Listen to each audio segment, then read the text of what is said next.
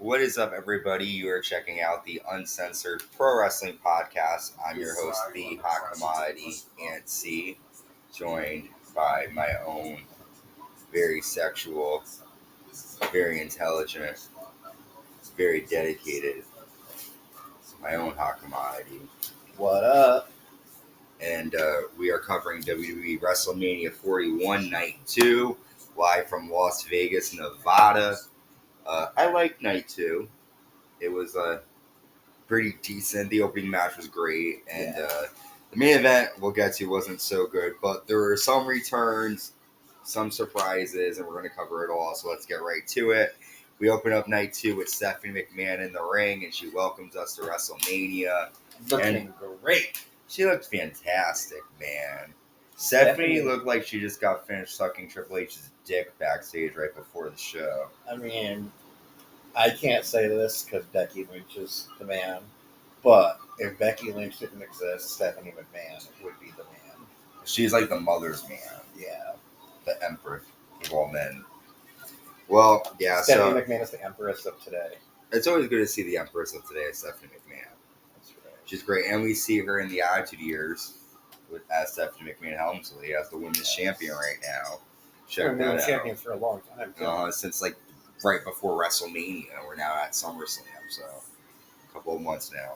Well, we're covering WrestleMania 41. Our first match we have is the World Women's Champion Io Sky taking on Bianca Belair and Rhea Ripley.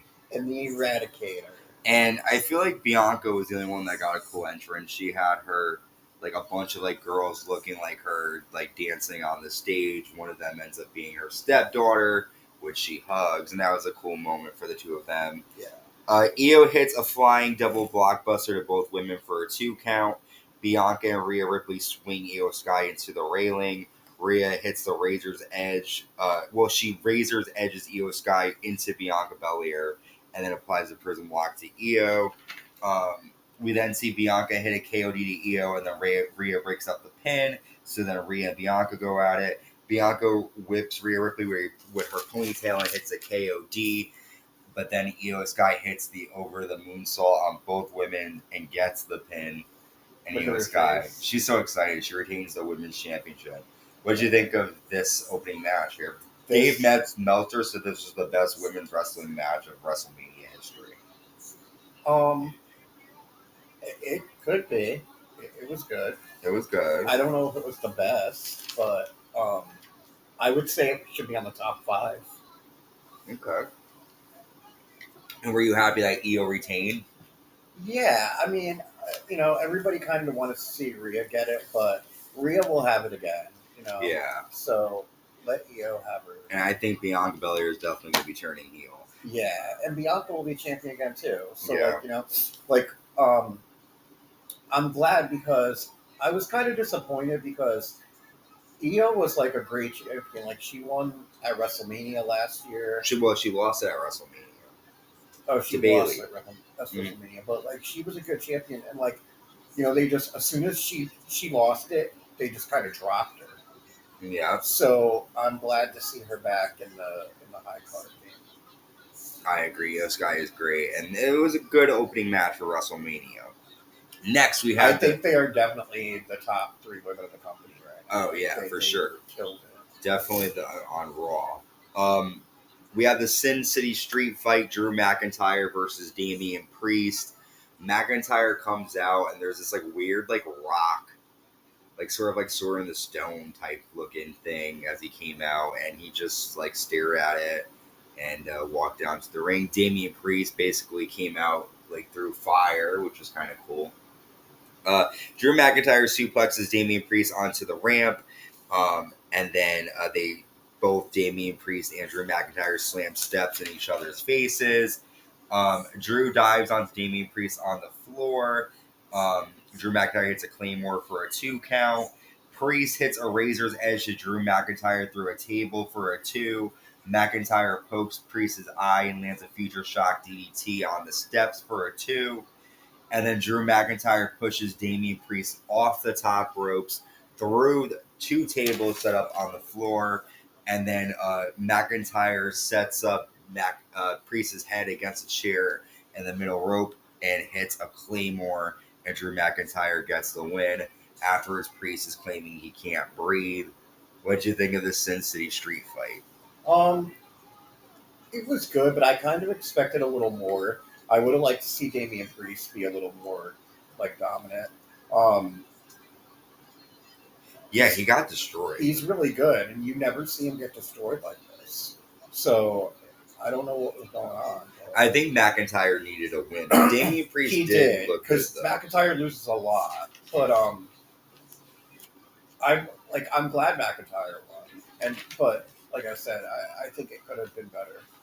Yeah, I agree. It was not a WrestleMania match, No. that's for sure. Next, we have the WWE Intercontinental Champion Bron Breakker defending against Penta, Dominik Mysterio, and Finn Balor. Dominik Mysterio had on I found out later on that it was his grandfather's mask, that white one that he came out with that he couldn't take off. Finn Balor had a weird yellow mask as well. And Bron Breakker, I don't really think Bron had any sort of special. He just sort of came out as like a badass, right? Yeah. I don't think he really had anything. Dominik Mysterio jumps into a spear by Bron Breakker for a 2 count. Carlito comes out and Dominik goes to 619 Finn Balor, but Balor catches him and stomps him. However, Penta hits a Penta driver to Finn for a 2. Penta then hits Dominik with a Mexican destroyer, but Carlito pulls Dominik out of the ring before Penta could get the pin. Bron Breakker then spears Carlito through a table. He being Bron, spears Penta. Dominik hits a 619, but then Finn Balor drops Dominik on the top rope. Balor hits a coup de grace to Bron Breakker, and then Dom hits a frog splash to both Balor and Breakker. Dominik pins Finn Balor to become the new Intercontinental Champion here.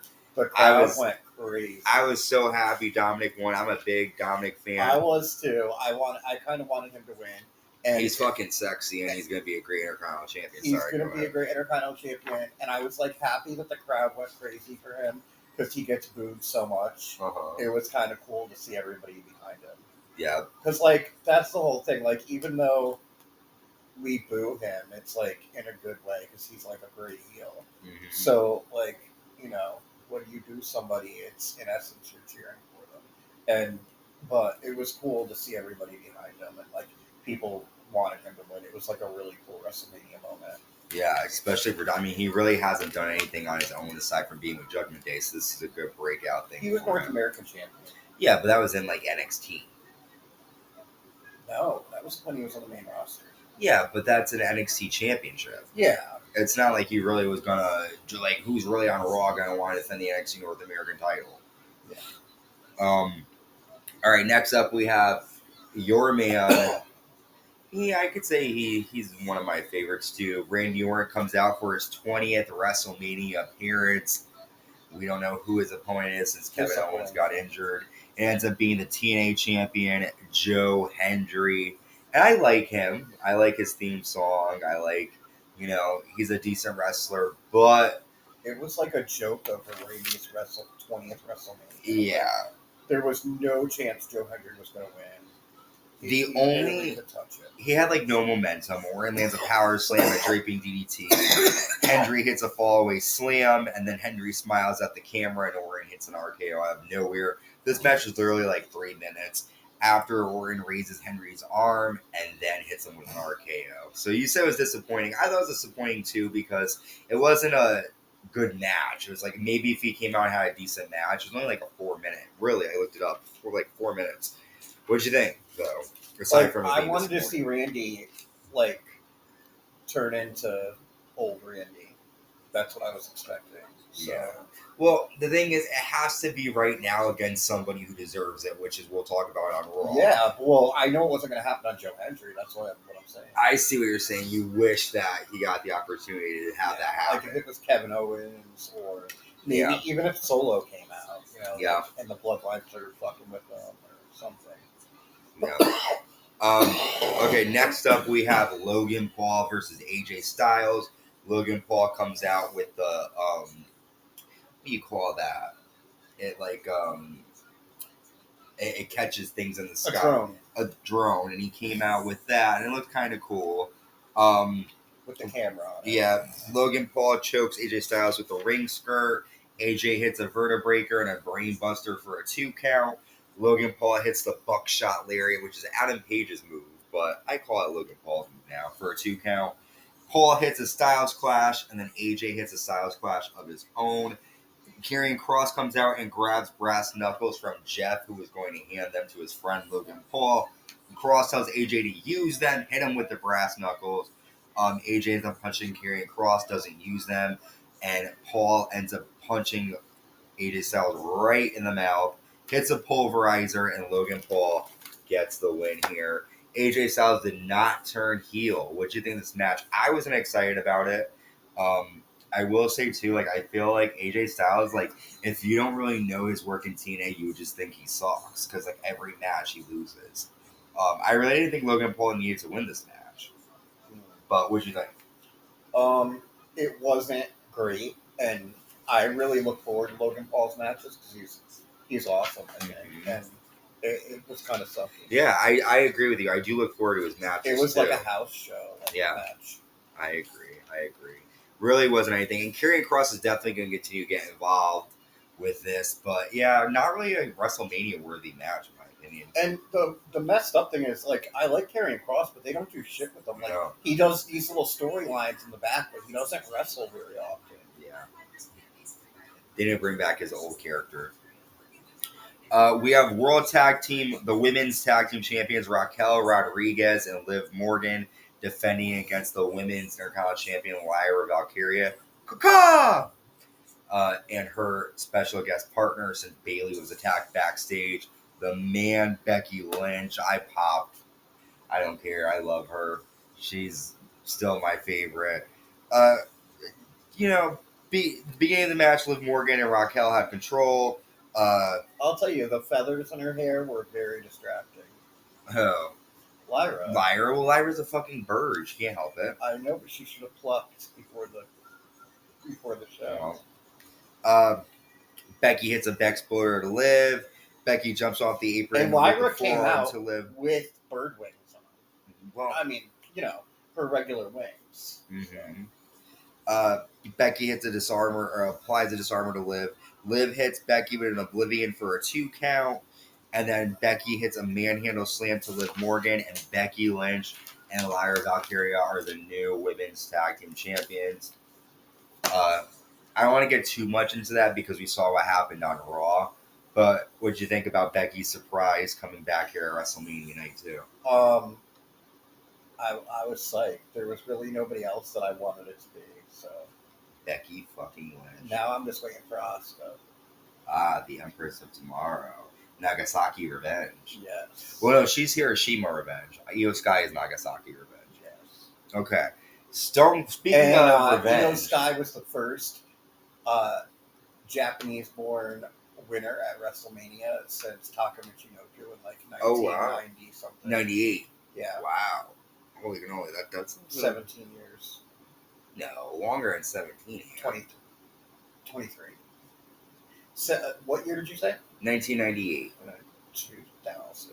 I would say 27 years. 27? Yeah. You said 17. Yeah, the first time that I...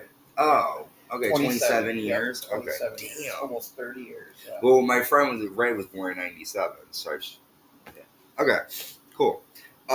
Speaking of that time, Stone Cold Steve Austin comes down on an ATV, and this is probably the moment of the night. He runs into the fucking barricade, and the fat chick fucking takes a moment and then sits in her chair, acts like she's fucking injured, and she's probably going to be set for life. Probably. Austin announces the attendance being 63,226, with the combined total of both nights being 124,693 people. Crazy. But what did you think of Austin running into that lady? That was fucking it. awesome. Like, that lady is such a bitch. Like, what's wrong with it? And she was like, she looked at Austin and went, "Are you kidding me? Like, you could totally read her lips." Yeah, because he really meant to hit you. It's like, bitch, what is your problem? Like, well, you should be so happy that Austin... He thought she was a wild buffalo, so he wanted to attack her with his ATV. Probably. And I love the fat boyfriend next to her. It's just like, hit me with it, Austin. And she's just like, The boyfriend's recording all. He don't give a fuck. And she's like, "You're never getting head ever again. Like you get it now, anyways." Yeah, basically. It's a shoot. And then Nick Khan goes over and he's like coddling her. I'm like, oh. If I was also going to run over and say, "Get the fuck up, you fat piece of shit," basically, and left, and would have given her the middle finger, threw fucking beer on her. Like you paid. Oh, we already know. We looked it up online. Front row tickets were $50,000. Fat lard. Did you? Oh, her name's Tina. All right, our main event: WWE Champion Cody Rhodes defending against John Cena. John Cena comes out to his normal music with like all black lights, nothing. All black everything. Cody Rhodes comes out with that mask, that skull-looking mask that pops open. And this is a very boring match. I'm going to get into that for a minute. It was. And I'll give you something to say about that. Cena hits a flying double axe handle and then hits a tornado DDT for a 2 count. Cena then lands an FU for a 2. Cena drops Cody on top and then lands a super FU. Cody kicks out again. Cena applies an STFU and then exposes the turnbuckle pad. Cena tosses Cody into the pad. Cena hits a 4th FU and Cody kicks out again. And then all of a sudden the whole world stops because Fiend and Travis Scott comes out. John Cena laughs in the ring. Cody hits Cena with a crossroads. Travis pulls the referee out of the ring. Cody hits Travis Scott with a crossroads, and then Cena goes to hit Cody with the title, but Cody grabs it. Cody doesn't use the title.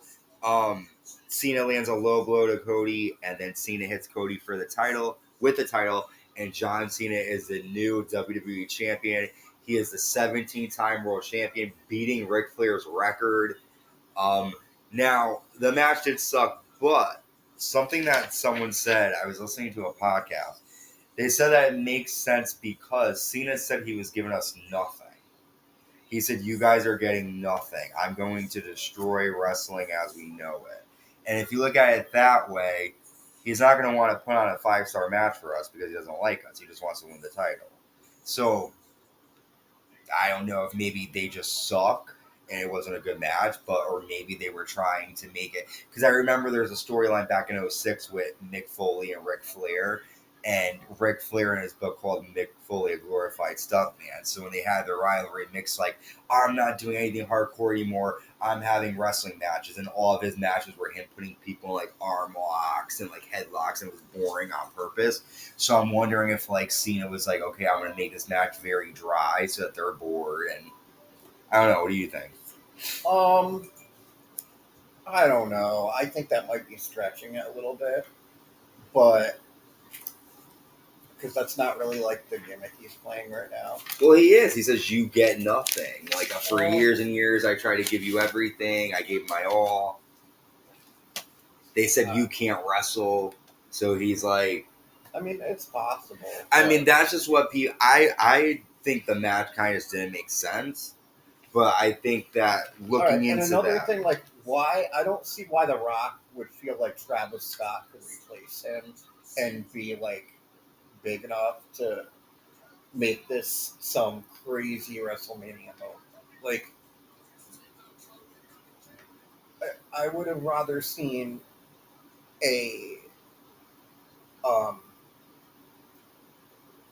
like a legend come out, and be heel. Like, I would have rather Austin come out and fuck somebody over, or like like anybody. It's because like, Travis Scott. Like, they have to finish the storyline from the Royal Rumble, or Elimination Chamber. But it should have been The Rock. I agree, and I've said that from the beginning. I said there's no talk about The Rock. It would have been better. Yeah, and I mean we could talk for hours about the whole Rock thing. You know, he came out talking about wrestling. You know, pretty much being fake. I mean, that's what he said. It was scripted, predetermined. But we're not talking about that. We're talking about WrestleMania. The Rock wasn't there, so fuck Rock. And The Rock said that he was like, I couldn't do it because of like scheduling. But he was there on night 1 in the back. And night 2, then he talks about how he's sitting there watching it on his couch. Well, we all know Rock has like a private jet. So why couldn't he? I think there's issues with him and Triple H. Possibly. I really think there's issues there because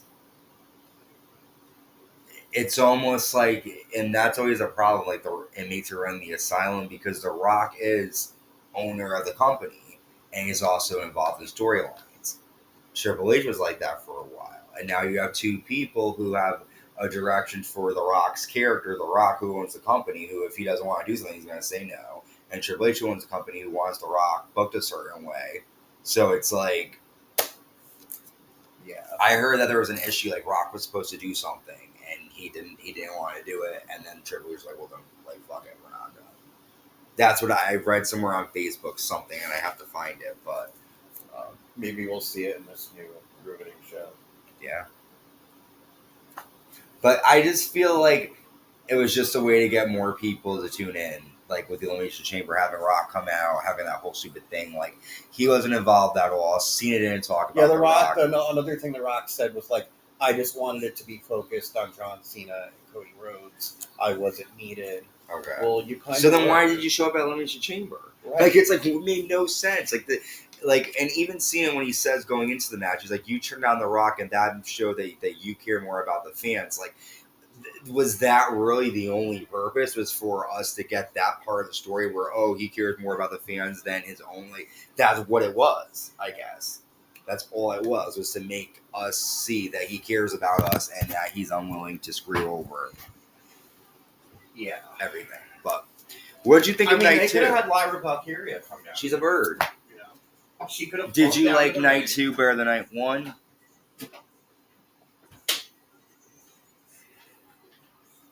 I thought the main event was better on night 1. I like the triple threat better than Cena. What was your favorite match from night 2?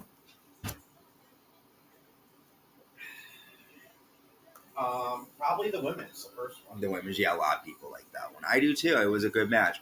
I also liked the Intercontinental title match was good. Yes, it was very fast really paced.